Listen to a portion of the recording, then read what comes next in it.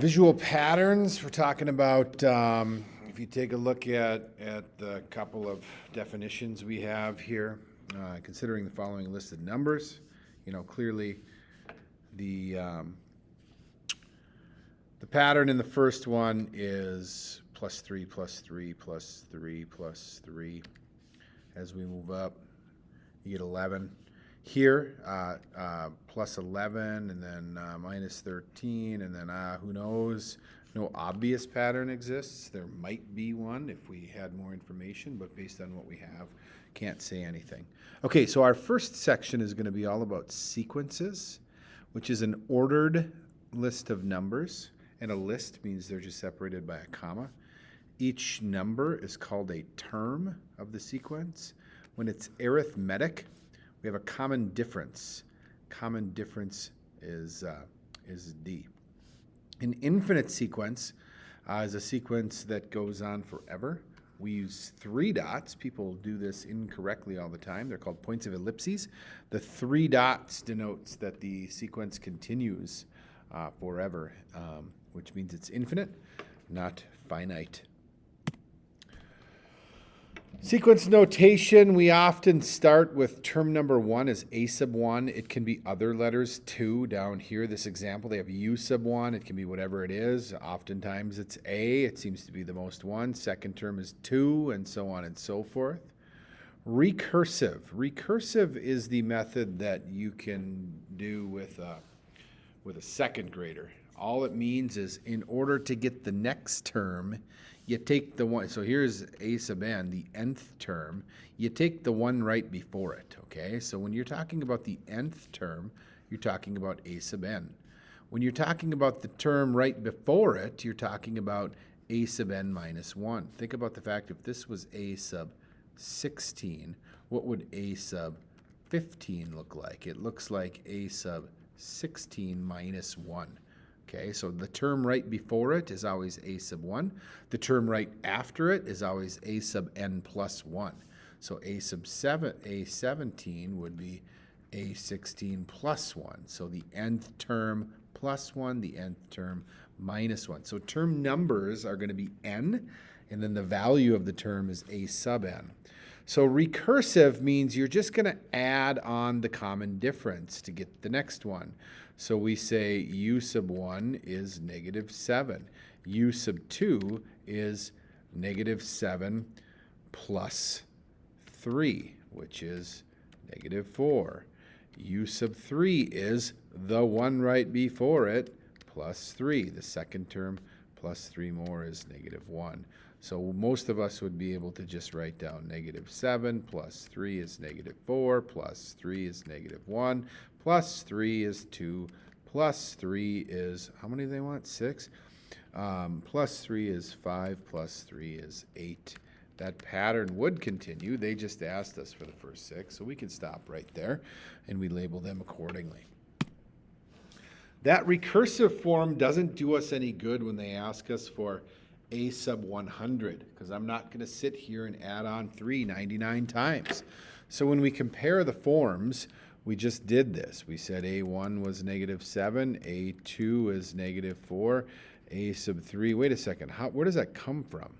Where does the negative 4 come from? It came from, so it's really the first term plus the second term plus the second term again. That's where we got the negative 1. And then it's 4 is the first term, and then it's this one and this one and this one. That's where the 2 comes from. A sub 5 is the first term. It's 1, 2, 3, 4 of them gives you the 5. So for A sub 2, the A sub 2 was really negative 7 plus 3. So I have 1, 3, 2, 3, 3, 3, 4, 3. So in order to find any term, all you have to do is take the term numbers and add on the common difference one less time, okay? So over here, what we really have is A sub n, or excuse me, A sub, so if I wanted A sub 7, negative 7 is, I'm going to add on the common difference 4, I'm going to add it on, it's going to be, oh, I did 3 over here, sorry. I screwed the whole thing up. You'll be okay. Let's change this to a 3 then. And then it's 7 minus 1 times 3, because what I'm doing is I'm taking and I'm adding on 3 6 times. So it's 18 minus 7 is that negative 11 that they asked us for before. So now we could find the 100th term, and I could do that by taking the first term and adding, and I got 100 minus 1, or 99. I am adding on 3 99 times. So that's going to be 297, and minus 7 would give me 290. So any arithmetic. So we should make note that this is arithmetic sequence, arithmetic sequence is going to be a sub n equals the first term plus the common difference n minus 1 times, because you're adding on the common difference one less than the term numbers, because it's one less because your first term is accounted for right here. Couple of problems then. Find the 41st term, so n is 41. My first term, a sub 1, is 11. So I'm going to go with a sub 41 equals the first term plus 41 minus 1. You can just write 40, it's okay. Times the common difference. Oh, I didn't get the common difference. The common difference is always the second term minus the first term, which is 4 minus 11, which is negative 7. We are going down by 7 each time. So the math problem is going to be 11 plus 40 times negative 7, which is going to be negative 269. So the 41st term is negative 269. Much better than subtracting 7 40 times. That wouldn't be very good. Now we're looking for a sub 1. So again, we're going to use that formula, and I'm going to use the formula as a sub n, is a sub 1, plus the number of terms minus 1 times the common difference. They've given me the common difference. This is the value of the 44th term, and this is the term number, which is 44. The value of the term goes over here, and sometimes some students get confused about that, so let's not make that error. The value of the term is over there. The term number itself, 44, goes in for n, and then the common difference is 8. Well, this is 8 times 43, which, grab your trusty calculator. 8 times 43 is 344. So I really have 229 equals a sub 1 plus 344. Subtract that 344 over, and I get negative 115. The first term was negative 115, and there we are. Okay, arithmetic mean. The terms between any two non-consecutive terms of a sequence must be in a sequence. So they're saying the arithmetic means in this sequence of 5 to 38, the arithmetic means are these two fellas right here, 16 and 27. Arithmetic means between 16 and 60, there are 3 of them, 1, 2, 3. There are 2 ways that you can calculate an arithmetic mean. Number 1, I like to call visually. I'm going to have 6 arithmetic means. Find the 6. I'm going to have 1, 2, 3, 4, 5, 6, and then I have 23. What are you doing each time? You're adding on D plus a D plus a D plus a D plus a D plus a D plus a D plus a D. Holy cow, plus a D plus a D. So what am I doing? I'm taking negative 12 plus the common difference 7 times, and that's going to lead me to 23. And now we solve the problem. We slide that guy over. 7D is 35. D is 5. That's the common difference. You come up here. Oh, I'm going to change colors. That'll be zesty. Change in colors, and I'm going to get, and I'm going to go plus 5, plus 5, plus 5, plus 5, plus 5, plus 5. I always like to check the last one. Is 18 plus 5 23? It is. Now, we did not have to do this big visual because it can be a little bit cumbersome. That would be more of a recursive way, but there's nothing wrong with doing it that way. I could call this a sub 1. 6 more brings me to this one has to be a sub 8. And now you could use the formula because I could say a sub n, or in this case a sub 8, is equal to the first term plus the number of terms, 8 minus 1 times the common difference. And I think you will see that we would add that over, and lo and behold, you get the same thing. You know what they say, more than one way to do a math problem. And the common difference is 5. Now you got to come up here and you got to find those different pieces. So you can do it as a visual or you can do it as a formula. Either way is acceptable. And okay. Okay, arithmetic sequence, we add on a common difference, and that difference is the second term or any term minus the one before it. In a geometric sequence, now we are going to multiply by the common ratio, and a ratio means we must divide. So the common ratio will be the second term divided by the first term, or any term divided by the term right before it. Okay, so in this case, are these geometric? These are pirate problems because you're always looking for R, which is the common ratio. You can look at this one and it's pretty easy. Times 2 times 2 times 2. Answer here is yes. R equals 2, next 3 terms, 80, 160, 320. But what you're doing is 10 divided by 5. So over here, maybe some of you can visualize it. Notice we can have an R that is negative.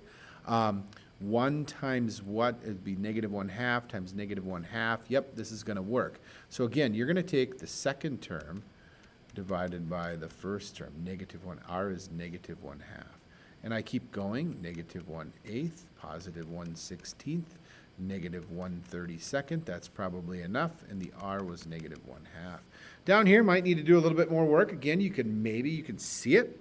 I can go times a third, times a third, times a third. Again, if you're not sure, take the 7/9 divided by the 7/3, which is 1/3. Why is it 1/3? Wait, I have no idea. Flip the second guy and multiply. Oh, 7s go away. 3/9 is 1/3, and we get R equals 1/3. And then you're going to go to 7/243, 7/729, and I don't know what the next one is. You can do it on your calculator. Okay, and now we're going over here. Oh no, what are we going to do? Hey, factoring, when am I ever going to use this in my life? You're darn right, t minus 5. You can factor out something out of each of these, and then it shows up real clear on what exactly the next terms are. Because each of them is t minus 5 times the value. And so we're really looking for my value of R here is actually negative 2. Again, the second term divided by the first term. And if I divided those suckers, the t minus 5s would cancel out, and I'd have an R of negative 2. And we could keep going over here, and I could just, it's probably easiest just to do it like this. Negative 16 times t minus 5, positive 32 times t minus 5, and negative 64 times t minus 5. You also could go in here and actually multiply them together. You're going to get negative 16 plus 80, and then keep going and keep going and keep going. So these are all done. These are all recursively. Again, recursive means you take the one before it and you multiply on the R. How do you get the 20? You took the 10 times 2. How do you get the 40? You took the 20 times 2. Okay, all of these are the same way. Recursive just means take the one before it, multiply it on. Okay, explicit form. So if you want to take a look at this one, this is going to be, the R is obviously 3. So we can do, the first term is 6, the second term is 6 times 3, the third term is 6 times 3 times 3. So this is A1, A2, A3.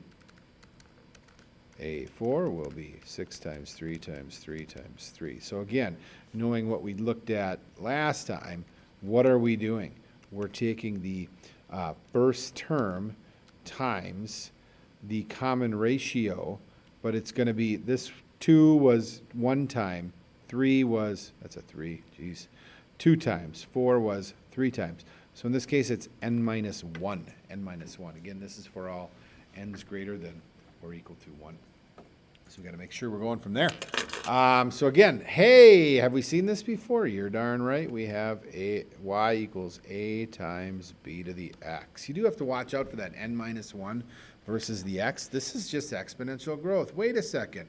What was a sub n equals a sub 1 plus n minus 1 times d? Oh my gosh, this is just a linear equation where n is my variable over here. If I work this out, I could put things into y equals mx plus b. So arithmetic is just linear. Oh my gosh. And geometric is exponential. Oh my gosh. It's almost like exponential growth equation. When am I ever going to use this in my life? Well, right here with geometric sequences and series. What a country. Here we go. Find the approximation for the 12th term in the sequence. Okay, the biggest thing about these is obviously this is oscillating between positive and negative. So I got a sub 1, a sub 2, a sub 3, and the 3 ellipses mean I go on forever. I'm going to find the common ratio by taking the second term divided by the first term. So I'm going to do 26.4 divided by negative 24. I'm going to do that on my calculator. I get negative 1.1. So this is a case where maybe we can't see what's going on.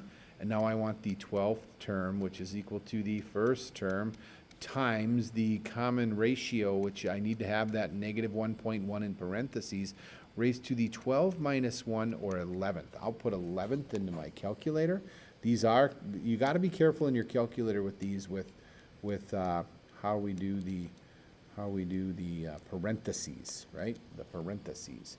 And I get approximately 68.475, and that's going to be just fine and dandy. So I put the 11th in there. You can put 12 minus 1 in there if you want.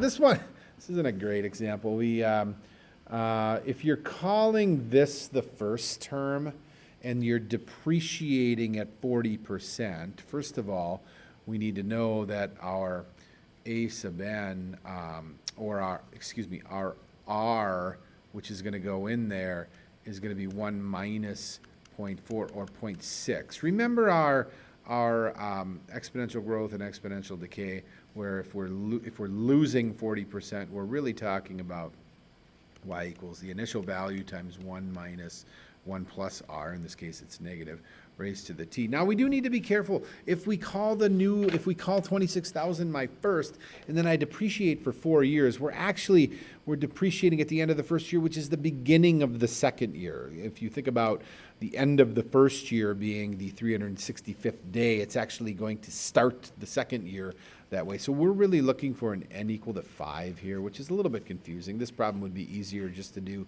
in our straight up old way.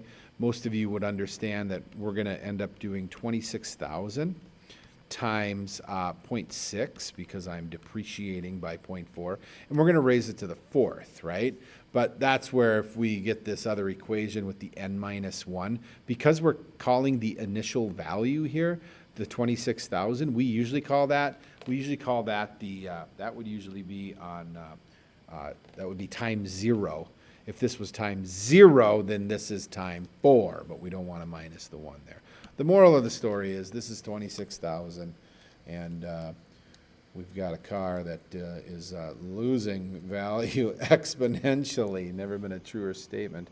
And after the end of the fourth year or the beginning of the fifth year, we're down to $3,369.60, and you probably owe that much or more on it. So keep it. Drive her till the wheels come off.